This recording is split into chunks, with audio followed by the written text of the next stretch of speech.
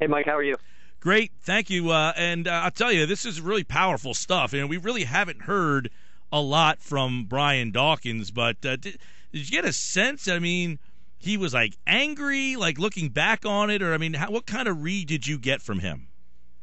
I wouldn't say angry. I would say hurt, maybe, or upset. I think he's a guy who played and continues to carry himself with a lot of pride, and I think that kind of hurt his pride. Like he felt, oh, they think they can just move on from me, or don't need to keep me around. And I think that was what the real hurt came from. And you could kind of hear it in his voice a little bit, how people's voice change, and you could hear it trembling a little bit when he was upset. But yeah, I would say hurt more than angry, at least at this point. Maybe initially angry. There's no doubt about it that he's an emotional guy, and he wears it on his sleeve a lot. You mentioned, you were told he was voted as the greatest living Eagle right now by such an overwhelming margin, and it almost feels like with that kind of statement that he feels like he should have played out his whole career here. When the fans thought of him in such that high regard, that it almost angers him to hear that they let him walk.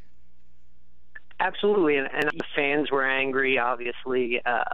Players seemed upset by it. I understand to an extent in the NFL that you can't pay for past performance, and you can't keep guys around who you think are past their prime and aren't going to live up to what you're paying them. It's a salary cap sport. It's not baseball. They can't give them a Derek Jeter type contract at the end of his career. But he did go to 2 Pro Bowls in 3 years in Denver. So was it their evaluation of him? I know he suffered an injury that year, but they didn't think he was worth it. Clearly he was. I mean, he made 2 Pro Bowls in his last 3 seasons in Denver, so he still had plenty left in the tank. Matt Mullin wrote the piece at phillyvoice.com, full transcript of the interview with Brian Dawkins. Really good stuff. I really like, the question about who helped him early on, because when Dawkins was drafted, it's not like, hey, we got the next Earl Thomas or here's Troy Polamalu. He was kind of an unknown guy. Why did he think he became such a success? He, as always, as he did with most of the questions I asked about his time in Philly, deflected a lot of the credit to the people around him. He talked about Emmett Thomas, who's now with the Chiefs as a secondary coach. He was the defensive coordinator under Ray Rhodes. And he talked about how him and he and Ray put a lot of faith in him and kind of mentored him and showed him the ropes. He said it in the interview that no one's ready to lead right when they come into the NFL. And that's kind of what separated Dawkins from just another very talented safety. And I think, he mentioned about Jim Johnson really giving him the opportunity to show off everything that he could do. But he gave a lot of the initial credit to those 2 guys, to Emmett Thomas and Ray Rhodes, and then obviously the players that were there when he got there. They had Troy Vincent, Bobby Taylor, and a lot of the other, younger guys who were coming up with him really showed him what it took to be not just a good player, but that leader that kind of separated him from the rest.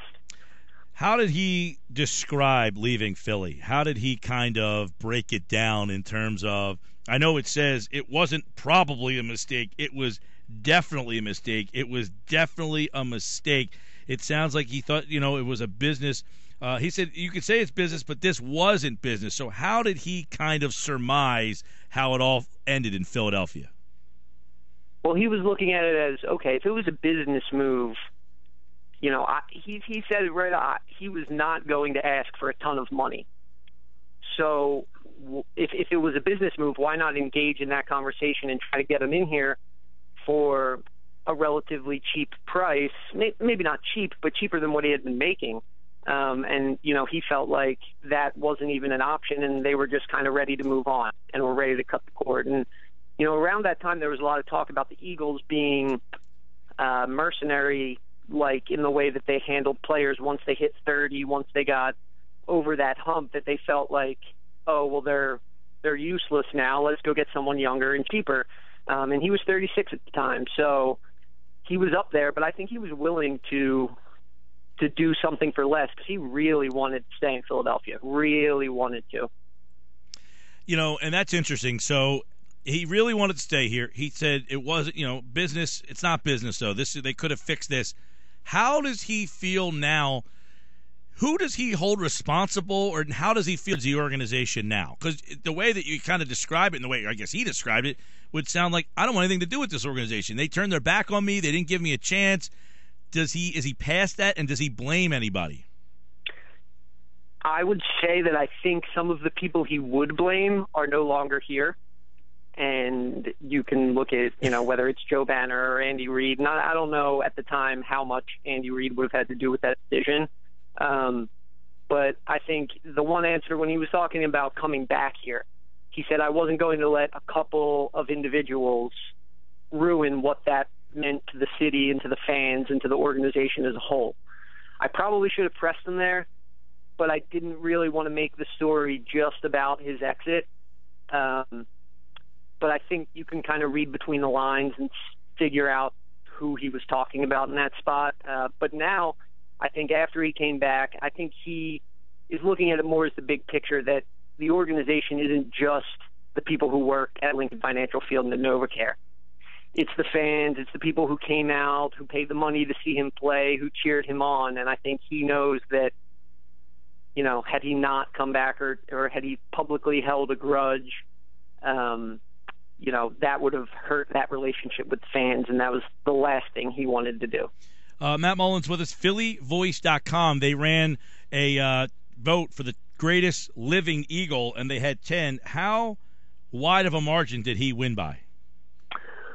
Well, I wasn't surprised that he won, but he actually had twice as many votes as every other player combined. Wow. He got 68%, and second place, I was actually surprised that Donovan McNabb was in second place, but he only got 8% of the vote. So he had 60% more than second place. Wow. Unbelievable. So McNabb came in second, and obviously that would include guys like Eric Allen and Westbrook, and I think you had McCoy on that list as well, Bill Berge, McDonald, and he's a Hall of Famer. So obviously that is something that is pretty big for Brian Dawkins and how he was received here in Philly. Well, it's a great Q&A. Go check out the full thing over at PhillyVoice.com. Plenty more that we didn't touch on about his time in Philly, all his memories, his great memories. Can you give us one that stood out, one answer that kind of stood out? Because I know when you asked him, he gave you a long, elaborate answer, but what was something that stood out about his time in Philly? Well, I think it was the thing that he said stood out most, and it was surprising to me because it didn't even come to my mind when I was thinking about all the great Brian Dawkins games, but it also happened to be his last game in Philly, 44-6 against the Cowboys. And he didn't know it at the time that it was going to be his last game in Philly in front of the home fans, but he had 2 forced fumbles that were returned for touchdowns in that game. And it was interesting. He said that is his favorite play. Not a pick six, not, hitting Algie Crumpler across the middle, forcing a fumble and laying on the ground and watching one of his teammates pick it up and go for the touchdown. It was that game that he said was his favorite. Matt Mullin, PhillyVoice.com. Read out the full transcript of the Q&A with Brian Dawkins, who was voted the greatest living Eagle by a wide margin. Great interview, Matt. We appreciate it. Thanks, Jeff.